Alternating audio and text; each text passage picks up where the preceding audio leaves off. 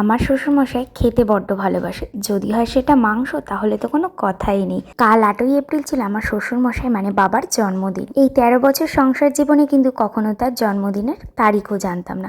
তবে পরশুদিন আমার ছেলের সাথে আমার সাথে গল্প করতে করতেই এই জন্ম তারিখটা জানালো। ভেবেই রেখেছিলাম মাংস খেতে যখন ভালোবাসে তখন মাংস তো বানাবোই। তবে সকাল থেকে ছেলের পরীক্ষা দিয়ে আসা, নিয়ে আসা, ঘরের সমস্ত কাজকর্ম সেরে সব করা আমার আর হয়ে ওঠেনি। তাই ভাবলাম রাত্রিবেলায় কিছু করা যাক। রাত্রিবেলা বরমশাই নিয়ে এসেছিল খাসির মাংস, আর সেই খাসির মাংসটাকেই আমি সাধারণভাবে আলু দিয়ে রান্না করলাম।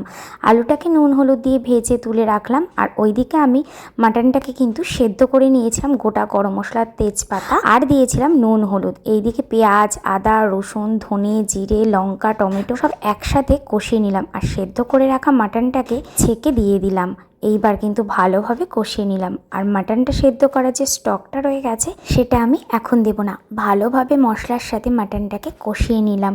খুব সুন্দর রং হয়ে গেছে। এইবার আমি যে স্টকটা রেখেছিলাম সেটাকেই এতে দিয়ে দেবো। ভেজে রাখা আলুগুলোকে দিয়ে খুব বেশিক্ষণ না ফুটিয়ে এরকম কষা কষা মতন হলে নামিয়ে ফেলবো। রাত্রিবেলা খেতে বসে যখন দেখলো যে গরম গরম ভাতের সাথে খাসির মাংস, তখন কিন্তু মুখের হাসিটা দেখার মতন ছিল।